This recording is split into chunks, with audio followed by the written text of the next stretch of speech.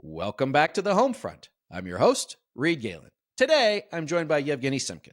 He immigrated to the U.S. from Soviet Russia in the late 1970s, a background that fuels his commitment to helping defend and help improve the spread of liberal democracy. While he was unable to turn his early forays into professions in music and comedy into anything that can be described as, quote, success, he did eventually turn to software engineering, and over the past 25 years has developed cutting-edge software products for companies like CBS News, ESPN, YouTube, and Zynga. For the last decade, Genya has led a team of Eastern European engineers under the brand A-Flat Minor, responsible for building and operating Samizdat Online, an anti-censorship platform that he and his friend and colleague Michael Sprague launched shortly after Putin invaded Ukraine in 2022.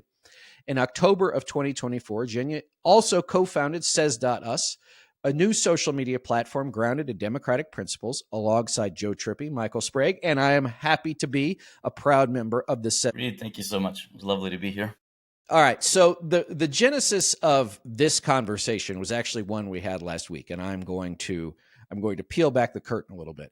I wrote a post on my Substack that read, "David Brooks is a hack." And you, in your very gentle way, called me and said, I have to be an asshole for about 30 minutes. And the bottom line of that conversation, and you are right. Well, we're both right. David Brooks is a hack, but your overall point was correct, which is in times like this, that we must abide by the rule that if someone is an ally in the fight against an authoritarian, a tyrant, a dictator, that we have to all put aside our petty differences for the greater good. Give us a sense of why that's, I mean, obviously that's important on its face, but give us a sense in your experience of what happens when people can't get along for that. As I said last year, we don't have to agree on everything. We just have to agree on one thing. Sure. So I think everything is rooted in, and it's funny how in your sentence, it's just everyone's going to take what you just said for granted. But we need to hit the brakes when you say times like this, because overall, I'm all in favor of all kind of disagreement, and I'd rather not call it squabbling, but good faith disagreement about various things that, when there aren't times like this, could be quite critical to honing and improving the dynamic of whatever social circumstance you're in. But times like this, so I guess the first question is, are we in a time like this? Is this a time like this? Whatever this is. And that's a valid question. And I think that people of good faith can disagree, and I have friends who don't see the moment as being, specifically in America, as being as critical or as potentially fraught as I think it is. And of course, if we look back 30 years, and I'm old enough to remember the kind of political wrangling that has happened around, I mean, I remember as far back as the Reagan election, and I remember people feeling that was a time like this. And then you could point to every single election since then, and everyone's always claiming that it's a time like this. So there's definitely a Chicken Little dynamic that happens. But I would say that all of those previous times were not times like this. I think those previous times were actually good faith, real world tensions between people who, and we'll get back to David Brooks in just a second, they believed that the ultimate destination is the same, and they just had different ways that they thought we should proceed to get to that ultimate destination. And they believed it in good faith, and they argued about it in good faith.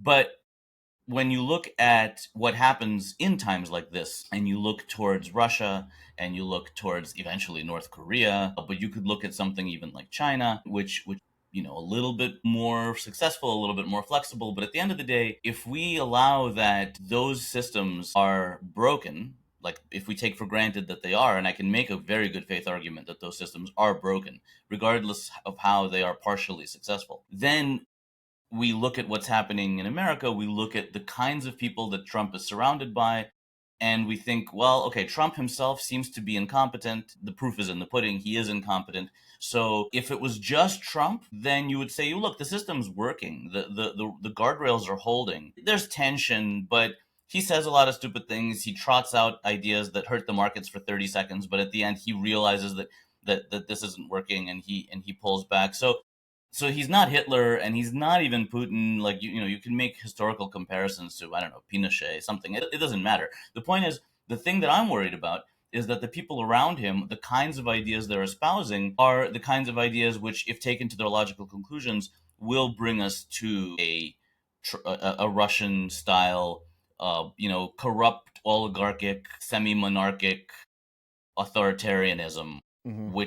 which I'm telling you from personal experience, not good. Yeah, I wrote something just yesterday as we're recording this, and I said that if you took the gelatin of the Project 2025 people, right, the medium by which you're going to spread something, and the gasoline, right, the fuel that is Donald Trump, you get this political napalm, right? That Yeah. one wouldn't work without the other. But Yes. when you have them together and you have such an efficient and effective delivery system as they have, starting with the White House and going all the way down through all of the Fox News and all of the other outlets, plus all of the front groups and everything else, you can see how it spreads pretty quickly. And it leaves a lot of ugliness and destruction in its wake. And right now, there doesn't seem to be a lot of defense against it. And that brings me back to what we started with, which is, a lot of these things too. I was just reading some, you look back through so many things, Jenya. It's like, if one person had just done something differently, we would have gone in a different direction. If one guy at a an art academy in Vienna, right, had accepted Adolf Hitler, right? If Joseph Stalin, the bank robber, had just been left in Siberia for his Yeah. whole life, right? All of these things. And, it's the same with Trump. Like, if someone would have just stood up to him at a debate in a Republican primary in 2015 and said, "You are ridiculous. No one Hmm. should have anything to do with you. You are a bully," and have, or whatever, the thing was. Or even, over the past however many years, now 9 years, after January 6th, I assume that there were probably 17 Republican senators that would have voted to convict him and make sure he never got to run again. But, so many of these things are often more luck, even, or happenstance than they are skill or strategy. That's true, but I think that there is a larger story to be told where, because if you start unpacking all of that, Trump doesn't arise in a vacuum, and while I have no idea what Germany would have done in the absence of somebody like Hitler, like would somebody else have taken his place, because the conditions were ripe, and similarly Stalin, I think I can make a pretty good case that if it wasn't for Stalin, it would still all be the same because Lenin definitely put things in motion but I take your point. Here's where I think we may be missing the forest for the trees. America, as it exists in, let's call it 2016, is mired in bureaucracy that everyone feels, and everyone feels really helpless against. And it doesn't matter what side of the political spectrum you're on, the machinery of the bureaucracy, while it's not oppressive to the point of something Orwellian, it seems like it's headed in that direction. And it also seems like neither side has any interest in taking a pause and saying, hang on a second, we're building things on top of things, and there's stuff buried underneath that clearly needs, a spring cleaning is due. And this zeitgeist, I think, again, this is my intuition because I'm part of it, this zeitgeist brings about a kind of decadence, a kind of petulance where because we're not in this moment, like everything is fine. People have problems, and you're never gonna tell somebody who is ill or who is on the verge of bankruptcy that everything is fine. But the data shows that overall things are pretty good, and so you wind up with a population it has the luxury of being able to focus on things like this bureaucracy is too thick, and I don't like how long it takes me to do the like. Nobody wants to touch bureaucracy, right? Nobody wants to Yeah. come in contact with it. Why? Nobody has any resistance to going to Target. Nobody. Some people might, but in general, right? There is a kind of efficiency and usefulness, and that's why it's so successful. But you're not going to find the same level of enthusiasm when it comes to the Department of Motor Vehicles, right? Or the They're the Social ones that Security Administration or whatever. Right. exactly, and the VA, like all of these systems, the moment you have a bureaucracy that is really thick, everybody really wants to avoid it because they know that nothing good is going to happen. Lots of forms will need to be filled in. Lots of people will say, well, I can't help you because go stand in that line over there. And so that is, I think, Freddie de Boer, I believe is the last name, I don't know if I'm pronouncing it correctly, writes about this very eloquently in his last book, where it's actually, in some ways, bureaucracy winds up being more, it feels more fraught than an autocrat. Because an autocrat, or some political party or leader or something, you can point at them and say, you're doing something wrong. Bureaucracy doesn't have a face. There's no one to complain to.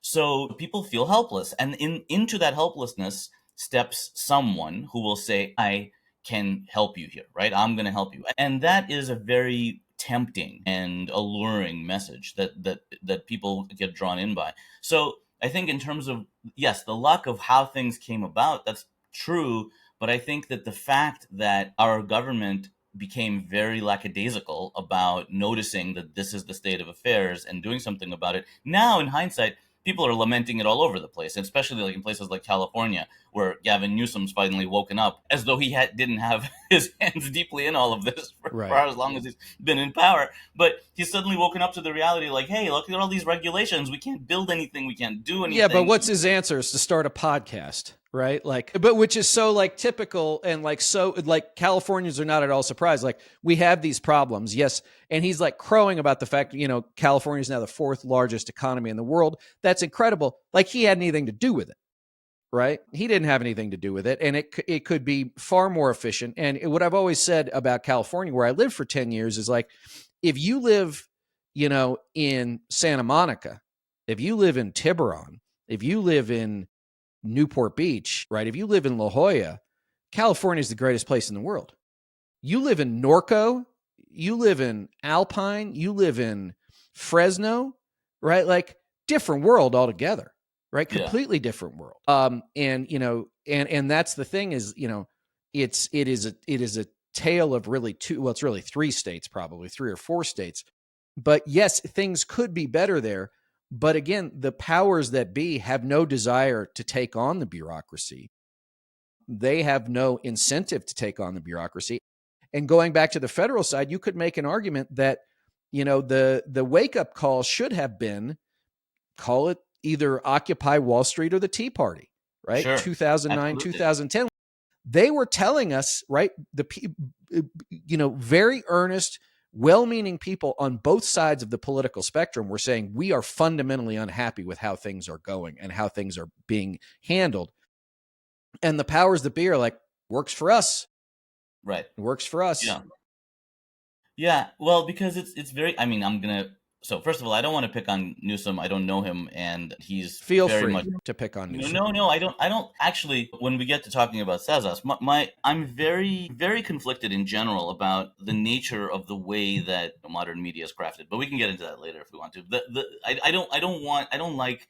This is exactly why we started with me taking you to task for going at Brooks, because the moment people wake up to what they should be doing, as Newsom seems to be, yes, I get it. His podcast is probably not the most. I don't know. Maybe maybe podcasts. Hello. Maybe podcasts are the way we're going to save the world. Right. But welcome to your podcast, Reed. But the fact is that the moment people come around to what I think is the assessing the problem correctly, at least. That's what was it? I think the G.I. Joe cartoon that we grew up on. Knowing is half the battle. Knowing is half the battle. Exactly. So the moment people awaken to what is the nature of what the situation calls for, what it is, then what it calls for is, that's the next thing. How do we solve it? Okay. So I just want the thing that I was getting to with the bureaucracy is the bureaucracy feels, to many people, it feels insurmountable, which is why they feel like, let's just start a podcast, because who the hell knows where to begin? And the impulse is, well, let's just burn it all down, right? And I don't know if you're familiar with the notion of the Chesterton's fence, but there was a fellow named Chesterton who was, I think, a apologist, and he, like C.S. Lewis's work is largely based on his thoughts. But the fence that he put into metaphor is, when you come upon a fence in the middle of nowhere, if your impulse is simply to take it down because you don't see what purpose it serves, don't. First, find out who put it up, for what reason, what is it doing. Don't just assume that because you don't immediately see what it's doing and you don't see a reason for it, that you should just knock it over and move ahead. And so this is the problem, which is very tempting. And people like Tucker Carlson, and I'm willing to bash on Tucker Carlson all day long if you'd like, if we'd like to pick a common target of vitriol, his solution, and people like Bannon, like, their solution is to look towards the people who have destroyed things in the past. And it's weird to me because when Bannon says he's a Leninist or something like it, I mean, I don't want to put words in his mouth. No, but I that's guess he said, I am a Leninist. Lenin wanted to burn down the state, and that's what I want to do too. Right, exactly. The problem is that when you look at what Lenin got, right? There's Orwell has a brilliant retort to Stalin's "you need to crack a few eggs to make an omelet." Orwell was like, "Okay, well, show me your omelet, right? Where's the omelet?" This is the thing with when you start knocking things over, you are, without real consideration as to how or why they are there, you wind up with even a worse situation than if you potentially leave them in place. Now, and there's a lot of tension there in the logic and the application, but I do think that this is the key thing that everyone who is resisting Trump, and they're right to resist Trump. I'm resisting Trump too.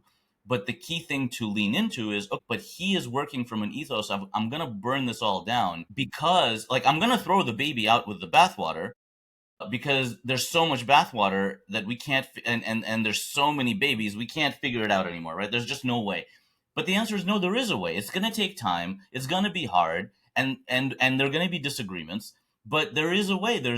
That should be the project. That maybe that's the moonshot for the rest of this century, or the not the century, but the rest of this decade and maybe beyond, is just simply to unwind the bureaucracy, leaving what's essential in place, helping what's not working well work better, and throwing away the things that are no longer actionable or useful. Because I'm sure that there's oodles in there that was put together with the best intentions and maybe even serves a purpose in the past, but now it doesn't. But So but let me ask you this, and this is the, I don't know if it's the cynical view, but if it took someone like a Donald Trump or anyone else throughout history like this, do you think that there's the natural opportunity to come to that place where the system, right, or the bureaucracy or the political leadership is willing to say this isn't working anymore, right? Are they willing to see the forest for the trees? Are they willing to see that this has become a Rube Goldberg machine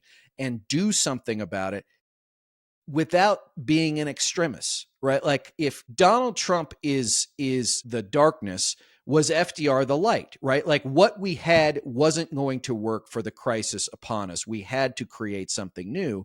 And now you could make an argument that Trump is dismantling all of the things that either FDR built or came after him as a result of the post-war settlement and the post-war world, which I am now sort of coming to believe, Jenya, that like this is their mission, is to completely reorder the world in a way that sort of fits their ideology and their philosophy, that is very much in line with Putin or Erdogan or any of the others.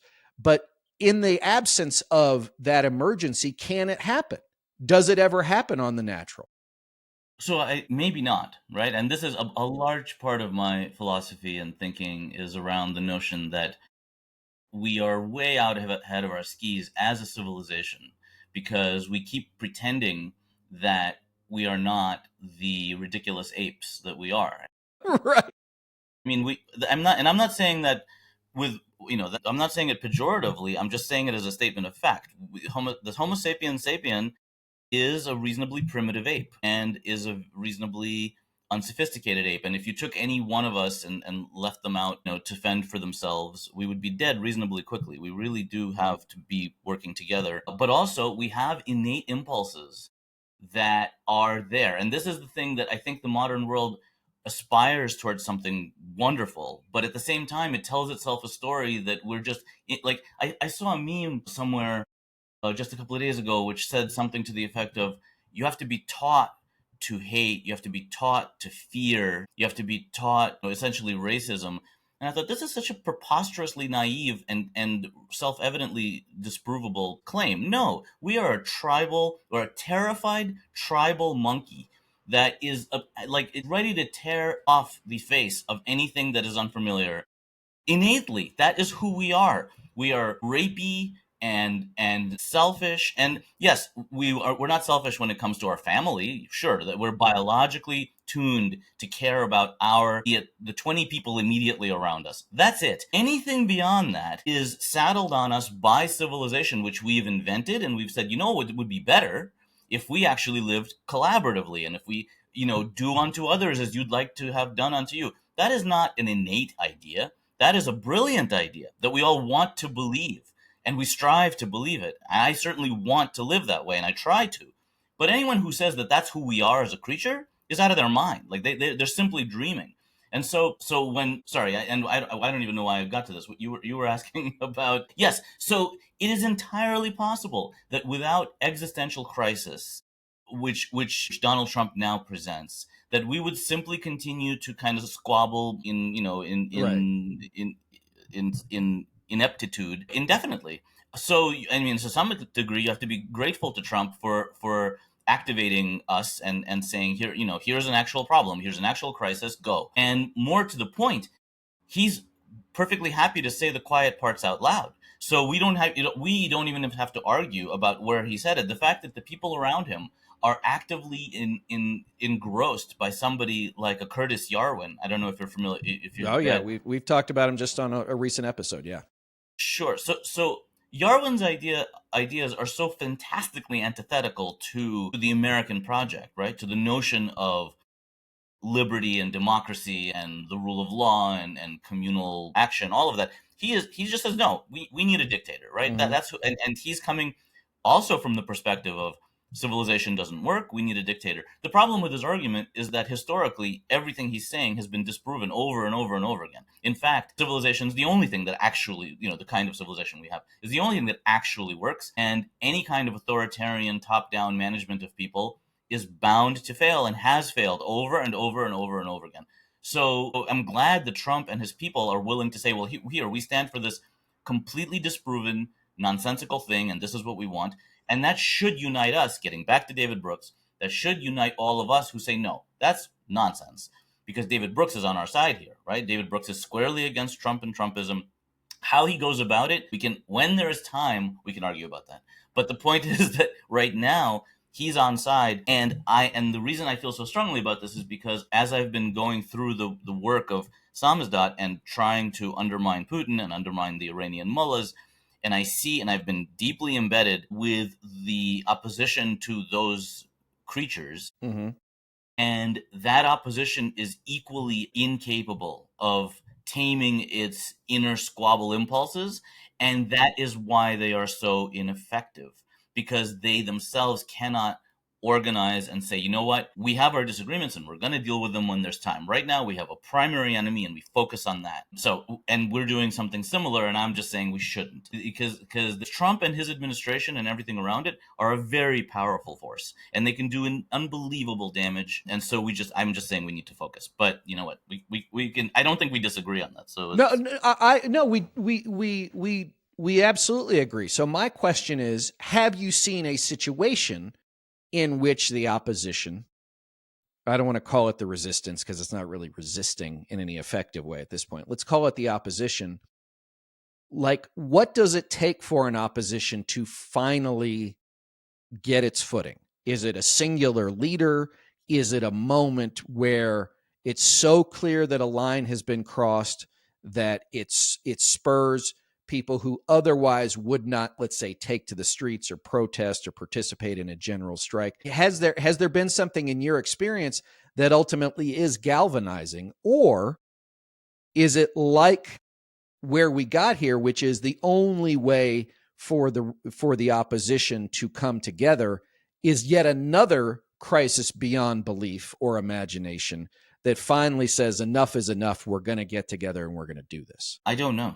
That's a great question. I wish that the opposition could conjure up a mission statement, a simple mission statement, a couple of paragraphs, which it would say, look, there are no more purity tests. There's no more tribal allegiances. There's no more identity politics. It doesn't matter who you are, where you came from, or what you did prior to this.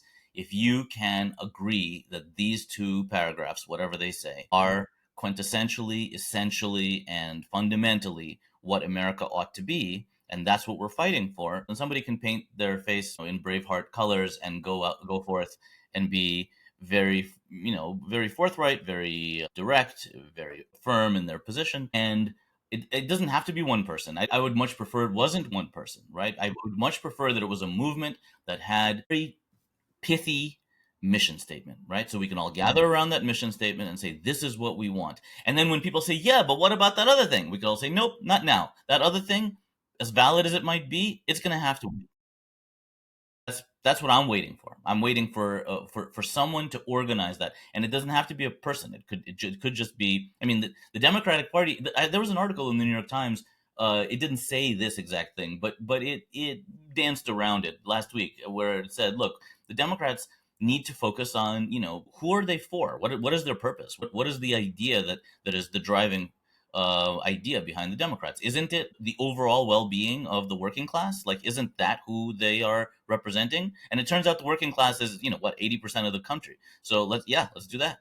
One would think, but I was on the phone with a friend of mine earlier this morning, and I was at a dinner earlier this week, Jenya, where there is a fundamental disconnect within the Democratic Party. And it is, people talk about, the moderates versus the progressives. And I even asked, like, when you guys, I was with a lot of moderates, and I said, when you guys say progressive, are you talking about, you know, you know, economically or culturally? And really, the divide is on the economic front, not the cultural front. They're all, from my perspective as an outsider, too wrapped up in identity politics and litmus tests and all that. But it really is, the people who have been an adjunct of Reaganomics, for lack of a better way to put it, for 40 years, right? And now they're like, well, wait a second. The parties were 15% apart, right? But they weren't really that different. And their Yeah. economics, it was, you could call it neoliberalism, right? They were all neoliberals. Yep. Trump is not a neoliberal. I don't know what we call him yet, right? I don't know that we have. Maybe the historians will come up with a name. But it was almost like once the Democrats didn't have, once they couldn't be the sucker fish on the Republican shark, right? Then they didn't know what to be, because as I've noted to my listeners and viewers before, a few weeks ago, maybe a couple of months ago, Ta-Nehisi Coates was in New Orleans, and he said since 1992, Democrats have lost immigration, they've lost the environment, they've lost labor, they've lost education, they lost choice. What was it all about? Well, it turns out it was all about economics. It wasn't about any of that, really. And now they're having a reckoning of their own, at least in my mind. Yeah. Yeah. So maybe they aren't. I'm not sure if perhaps they are not the right vehicle for this message, and then I don't know what is. I mean, they seem to be the most at the moment, the most well funded, the most well organized. Well, and they I have think. ballot access, right? They have the Yeah. ability to launder political money, right? And they start at 42% on the ballot. Like those are the main assets of the Democratic Party at this point. Yeah, and it would be interesting if I was in charge, I would put ranked choice voting, or instant runoff voting, as it's sometimes known, as the most important ballot issue on every ballot, and try to get rid of primaries.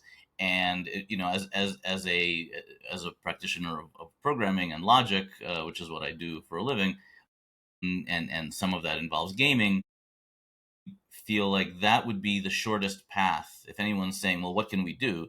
The fastest path to undermining both parties' stronghold on the situation. I see people lamenting constantly how many districts are simply, they're going to be red or blue no matter what happens, because that's just the way they are.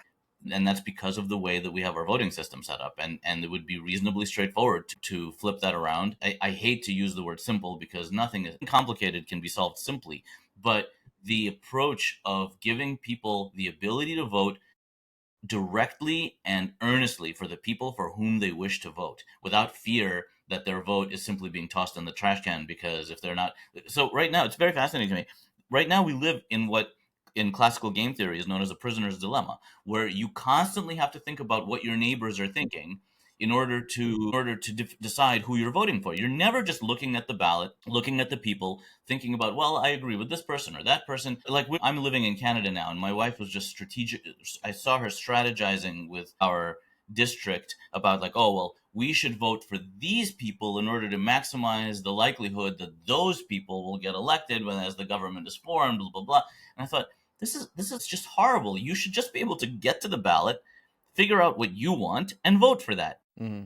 And then, and then let the democratic process, as long as it's a functional democratic process, wean out who most of the people genuinely wish to see in office. And as long as that doesn't exist, as long as we continue to, game out, oh, well, if I vote for this person, then blah, blah, blah. And then, well, I definitely don't want that person elected. So, and subsequently, what we call, third parties don't have any shot. But the notion of like, I'm not a historian, but my understanding is that the founders had no interest in parties. No. That mechanism was just it's an unfortunate byproduct of the way we organize and the way things go. But so one major thing we could work towards, whoever the resistance might be, is a disassembly of the parties. But the notion that either the Republican or the Democratic parties will work towards their own disassembly is obviously, that's not going to happen. Well, So, listen, I mean, I could do another 3 hours on this, given all my time in the third party independent reform space. I mean, the city I live in voted for ranked choice voting, right? The city council, and just undid it this week. Just decided no, they didn't want to do it because one guy's like, oh, I didn't really understand it, and I think it's because he convinced the rest of them that like we don't know what we're going to get. Right. If we keep it first past the post, we have a better understanding of what we're going to get. But and I think you could look, I mean, remember that when ranked choice voting passed in New York City, it passed with like 90%. yeah, Right. And now, you had a whole bunch of Democrats. It's, obviously the city's mostly Democrats. And we're like, we got Eric Adams. Well, yeah, based on what everybody thought he was going to be. Right. He was the mean. Right. He was the political mean.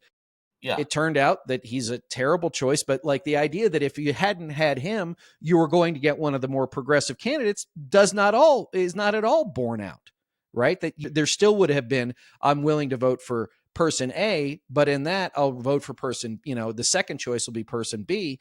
And again, the whole idea is to bring it back to some middle ground, not to get the person who's most extreme. That's exactly what it's designed to avoid.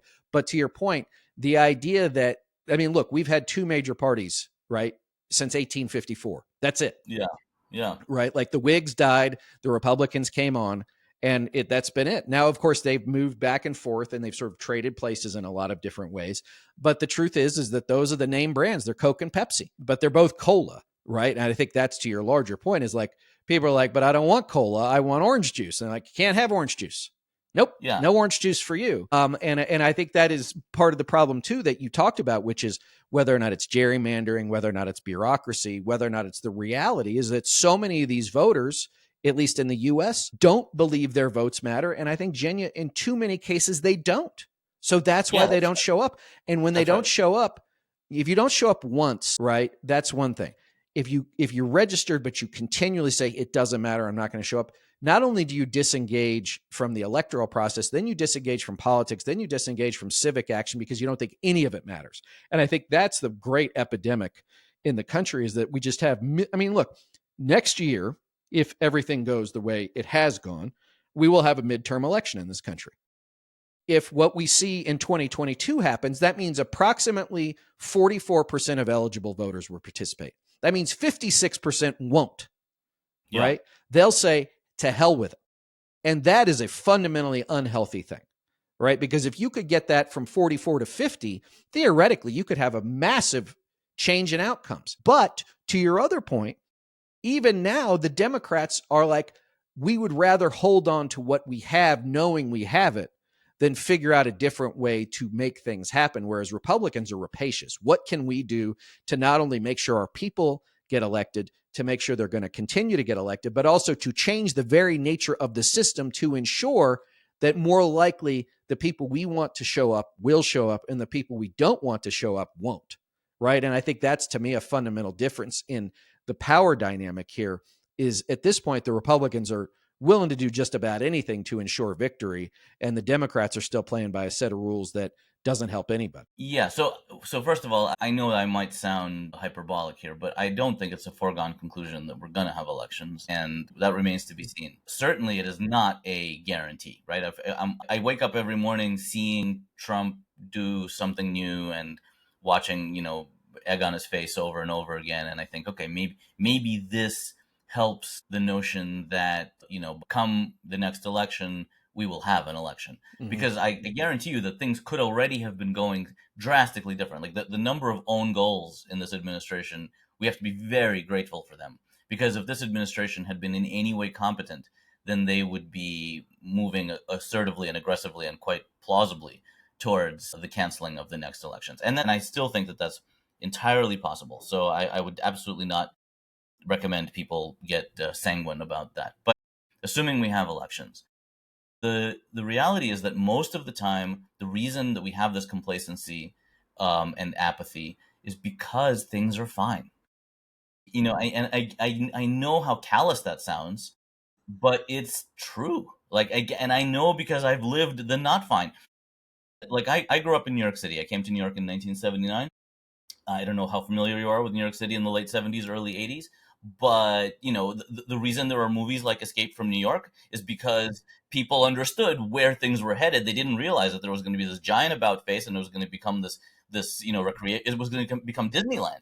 But they didn't know that then. So you get Escape from New York, and then I see, and I'm in New York at least, and I don't live there anymore, but I'm there all the time, and I see it, and I have very clear memories of what New York was like through the 80s, through the 90s, and I see people complaining about New York in ways that are just surreal. Yeah. Like when people say, "Oh, it's a hellhole," I'm like, "Wait, were you here in 1983?" And Right. when you say hellhole, what exactly are you talking about? And what are you comparing it to? Are you comparing it to Paris? Like I don't understand Yeah. what they're saying.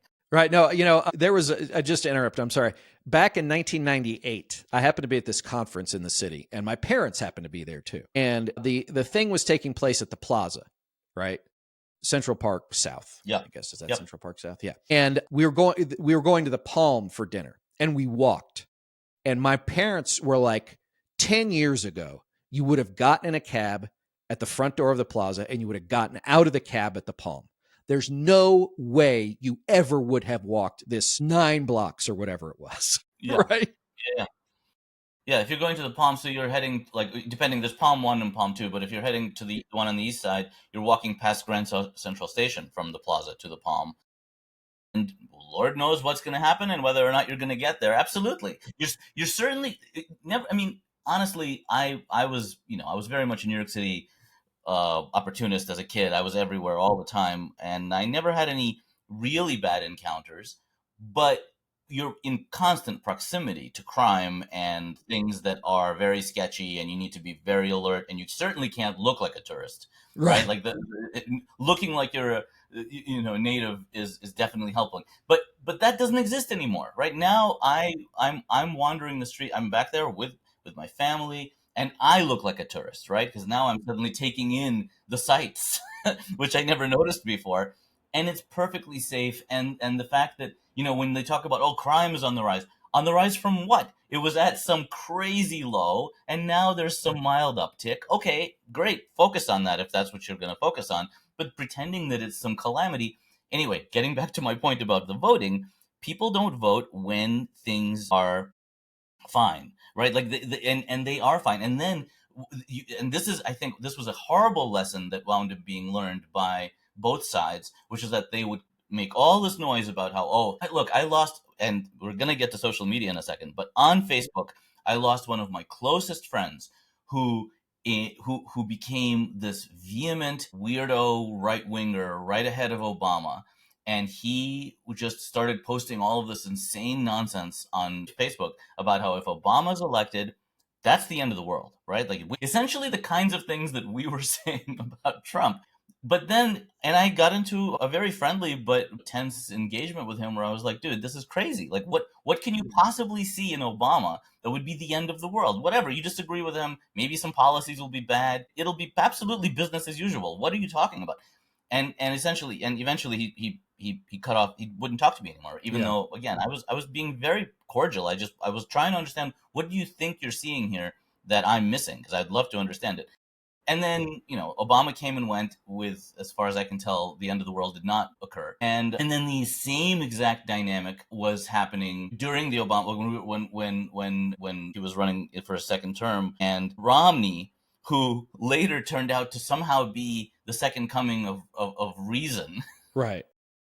There he was being again cast as, if Romney's elected, this is going to be the end of the world, right? And Americans got jaded, quite reasonably jaded, constantly hearing the media tell them that the people who disagree with them think that the if they vote the wrong way, it's the end of the world. And then, in fact, nothing changes. Everything's more or less the same. The economy wanders up, wanders down. Yes, there's some real crisis points. Obviously, the housing bubble, the .com bubble. There's real serious problems, but none of them are truly existential. And people realize, like, you know what? The people who are in charge, they've got this. I don't need to think about it. It's fine. Like, it's going to be what it's going to be. It's an oil tanker on rails. Right. Yeah. So, and and then when an actual existential crisis comes along, which I think we are in one now, they don't really see it. And the character of Donald Trump is so familiar to them. He's a carnival barker. They can't believe that, like, if he was Hitler, like, if he looked like Hitler and sounded like Hitler, right, with the German accent, I think people would be a little bit more cautious. But the fact that he's this very prototypical American guy who's friendly and jovial, and and everybody knows him, Well, and that's the he's been thing. around forever. He's been a public figure for 50 years. Yeah, yeah. So convincing people that, in fact, it's not, maybe it's not even intentional, because when I listen to him talking, it sounds to me like he's making shit up as he's going. I don't know if Yeah. I'm allowed to Yeah. use profanity.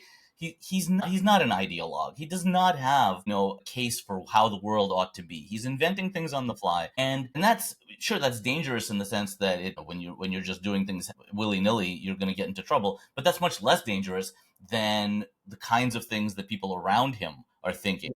And the Project 2025 people, as much as we were told, oh, no, no, no, these are some fringe actors who came up with something, but he's like, I don't know what they like. You remember all of this, Yeah. It was where all he was like, BS.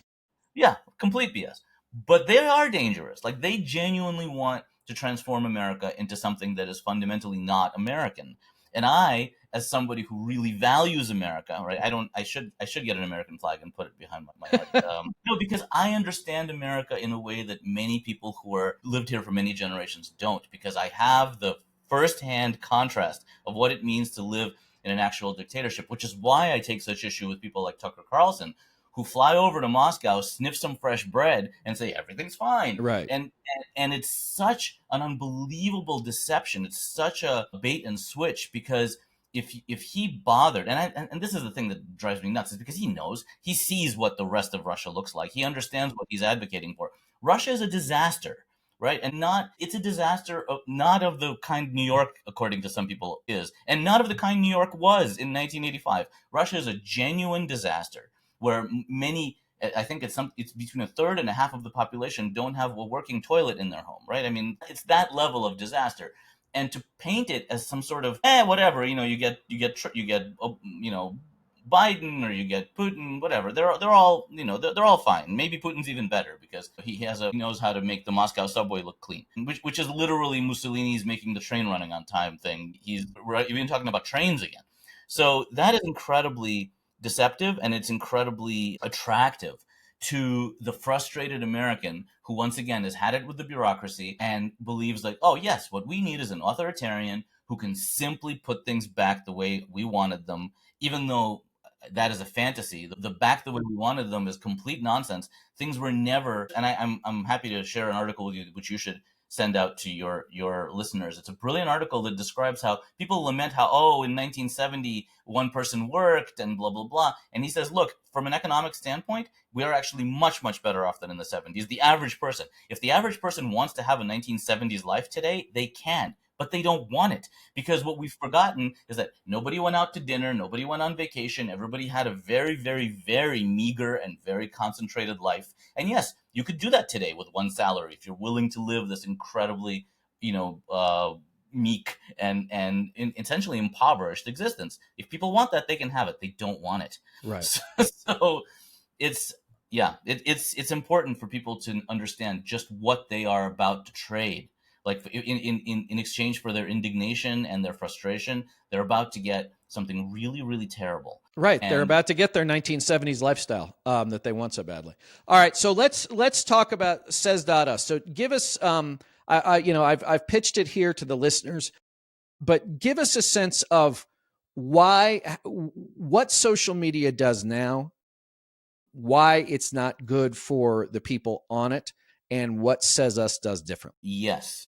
So, unfortunately, unless we have several more hours for me to recount all the things that social media does badly, is it, so I'm assuming that your listeners have at least some awareness of the kinds of misdeeds and um, the kind of wreckage that social media, ironically called social because it is so fundamentally antisocial, has wrought on the world, and the kinds of harms it has caused both to people individually and to nation states and to the whole mission of democracy and everything else. I can certainly touch on some things, and I'll touch on the most important thing, I think, which is that because social media is driven purely by profit motives, and I am a stalwart capitalist and I believe in profits, profits cannot be the sole driver of anything. You have to have a larger mission than getting rich, and then you're welcome to get rich doing something that has some other purpose. Because they don't, they have maximized all of the mechanisms. Sometimes it's algorithms, sometimes it's a lot of different things that they put in motion. But the idea is the way to keep people coming back and addicted to their product is to mobilize their cortisol, right? Is to aggravate, to terrorize, to make people feel like, oh, I need to stay in touch of what's going on, because if somehow I'm uninformed on the latest something or other, then what? I mean, nobody's thinking this through this way. It's very innate. Again, we're simple, very simple apes, very difficult, easy to manipulate. So the manipulation is all around engagement, and engagement is most easily driven by outrage of one kind or another.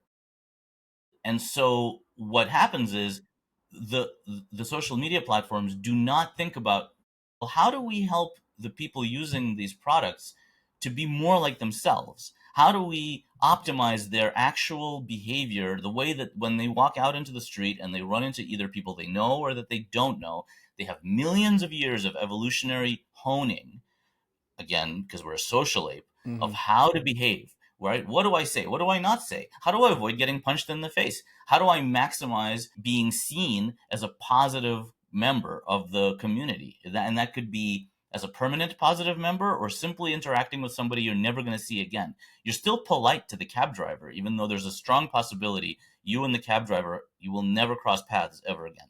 And yet you behave civilly because that is what you're trained to do.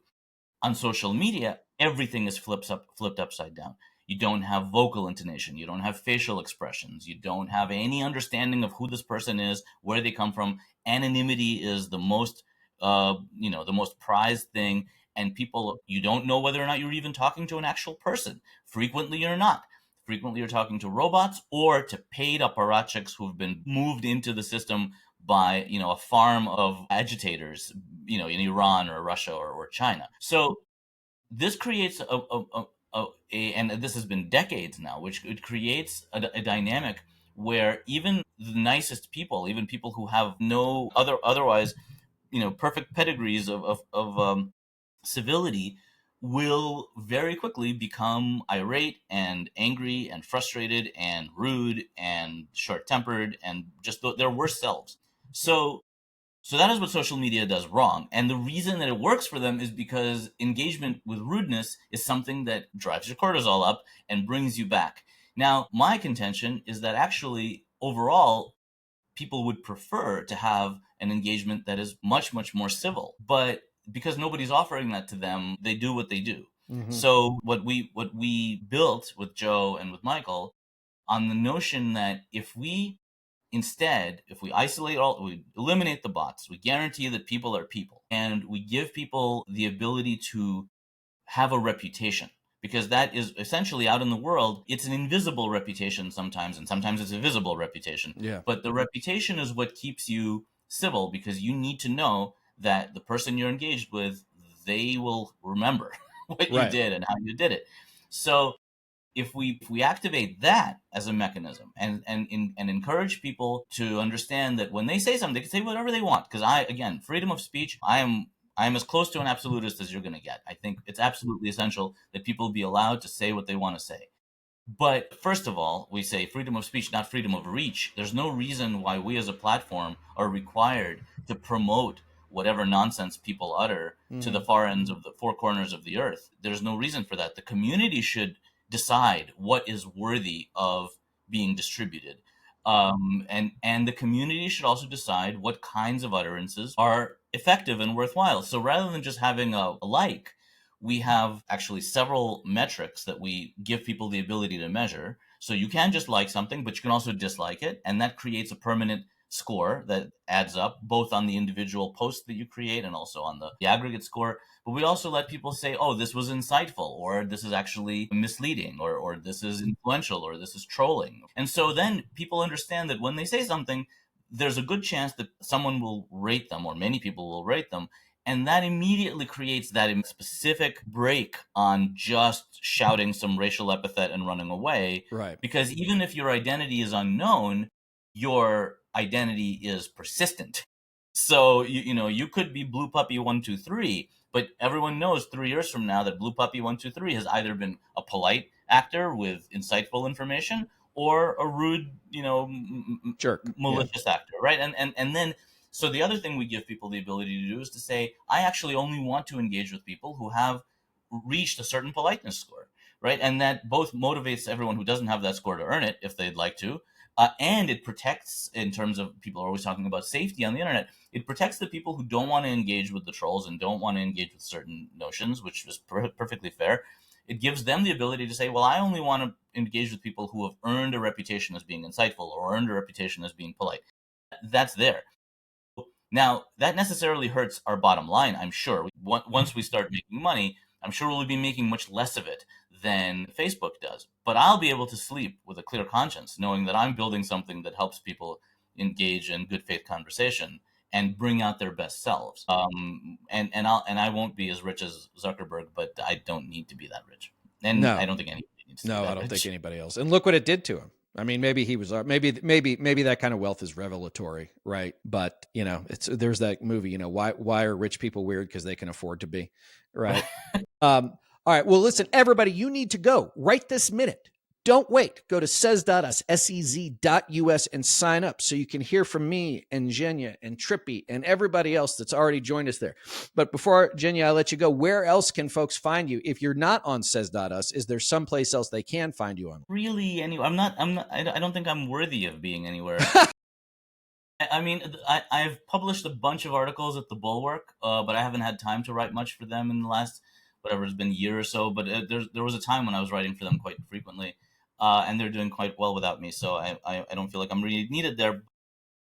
Yeah, I don't really have anywhere else for people to find me. And the other product that I would love for people to hear about and read about is Online, but you will find a link to that in my Says Us profile. And we didn't talk about it, but that's the whole anti-censorship thing, which could really use everybody's help and support. And it's working to bring down Putin and the mullahs and so forth, which is I believe, a very worthwhile enterprise. Well, we'll have you back on to discuss that. As always, gang, yes, you can find me at says.us. Also, still hanging on, guys, at Twitter and TikTok and on Threads and Instagram at Reed_Galen USA. And of course, over at Substack, also called The Homefront. I have a new one up about how what we're seeing with tariffs and deportations and all of this other stuff, it's all of a piece. One and all, guys, there is a plan and we have to be aware of it.